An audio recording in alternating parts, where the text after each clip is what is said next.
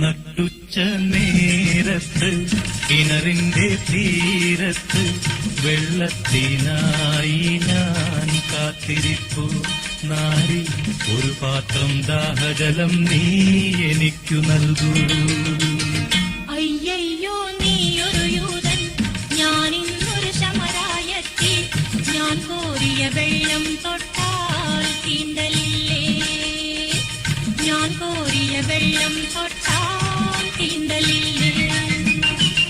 അറിയുന്നില്ലേതും നീ എന്നോട് നീ ചോദിച്ചാൽ ജീവന്റെ ജലം കോരിത്തരുമല്ലോ ഞാൻ, ജീവന്റെ ജലം കോരിത്തരുമല്ലോ ഞാൻ.